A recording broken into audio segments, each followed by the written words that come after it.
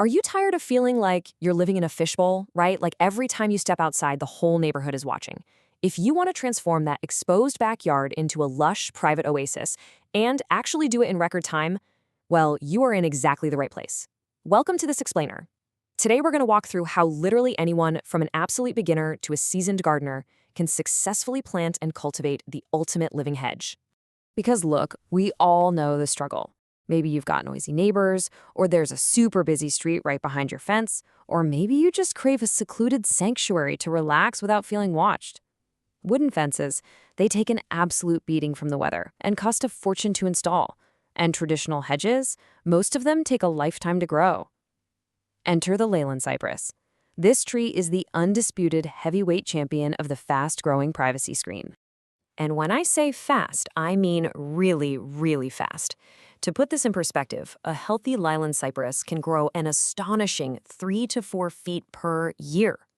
3 to 4 feet. It's incredible. It instantly validates your choice if you're looking for a rapid, towering living hedge. You are not going to be waiting decades for privacy here. You're going to see a massive transformation in just a few short seasons. So here is our roadmap for today's explainer. We're going to meet the Leyland cypress, look at choosing and prepping your sites, master the planting process, cover watering and maintenance, troubleshoot some common hedge issues, and finally, look at long-term care and success. All right, let's dive right into Section 1. Meet the Leyland Cypress, the ultimate living wall. Now, aside from its absolutely crazy growth speed, this tree's greatest asset is its beauty. The foliage is made up of these gorgeous, feathery, flat sprays of needled leaves. But here's the best part. Unlike a lot of evergreens, it is soft. It's completely non-prickly. This makes it a fantastic choice for families with kids running around or dogs playing in the yard.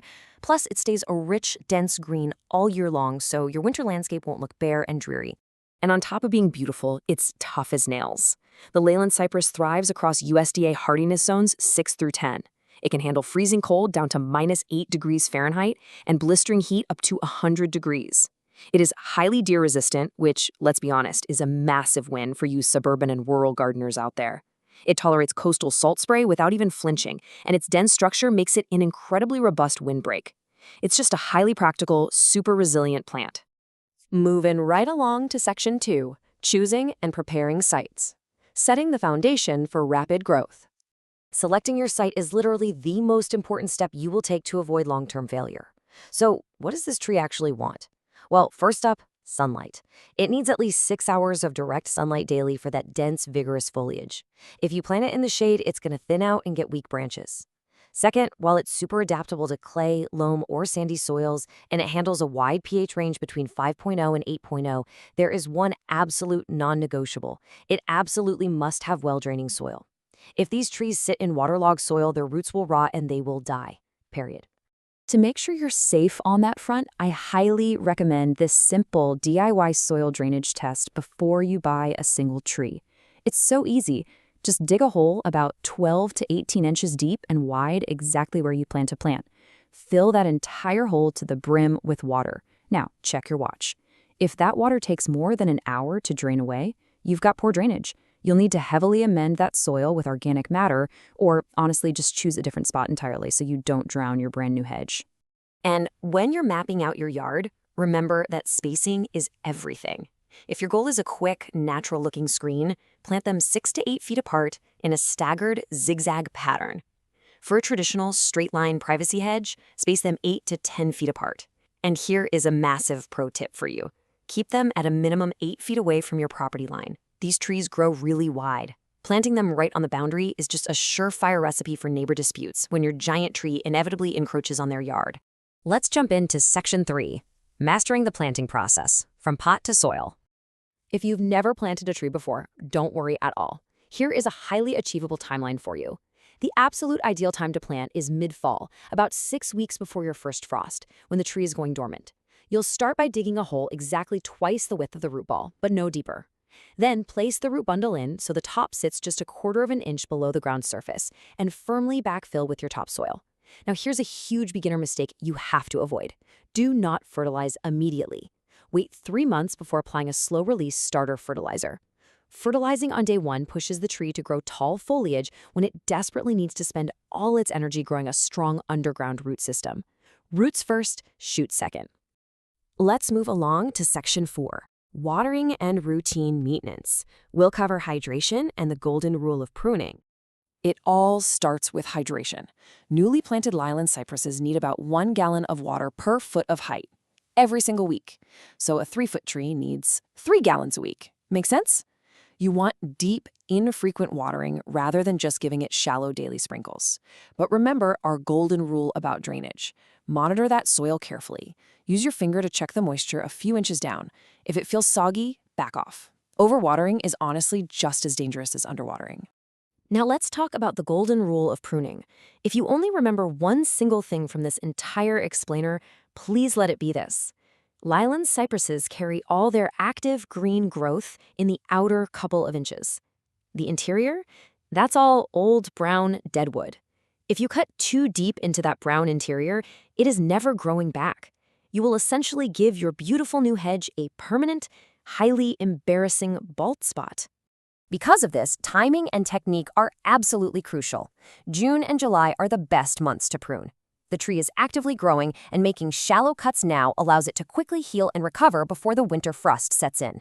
You'll want to use sharp trimmers, make upward angled cuts so water can just drain right off the tips, and do this just once or twice a year. That's all it takes to keep the hedge dense and manageable. Just never, ever hack it back dramatically in the spring or fall. Okay. Section 5, troubleshooting common hedge issues. We'll look at pests, fungi, and brown patches. Even with absolutely perfect care, nature sometimes throws a curveball. The #1 silent killer of the Leyland Cypress aesthetic is the cypress aphid. These are tiny, camouflaged green and brown insects that are actually active in the dead of winter, from January to March. They feed on the sap, but the really sneaky part is you won't actually see the delayed brown patches of damage until late spring. And by the time you see the damage, the bugs are already gone. So checking in the winter is essential. Part the branches in February, and if you spot them, hit them with an insecticidal spray immediately. Aside from those pesky aphids, keep an eye out for fungal issues like ceridium and Botryopsphora canker, which cause random yellow or brown foliage, and gray molds like Pistolodiopsis and botrytis that thrive on wet foliage. Oh, and root rot, which causes dark, decayed roots from overwatering. The absolute best defense against the fungi is just environmental. Avoid overhead watering that gets the leaves wet, ensure good air circulation by not overcrowding them, and rake out any dead clippings. If you spot bagworms, which literally look like little cocoon bags hanging from the branches, just pick those female bags off by hand in early spring before they hatch. Finally, Section 6, long-term care and success, protecting your landscape investment. So, what happens if mistakes were made and you ended up with those dreaded permanent ground gaps we warned you about earlier? Are you just stuck with an ugly hole in your living wall forever? Actually, scratch that. No, you're not. You can execute a really clever rescue mission. First, prune very shallowly around the dead gaps to let some light and air in.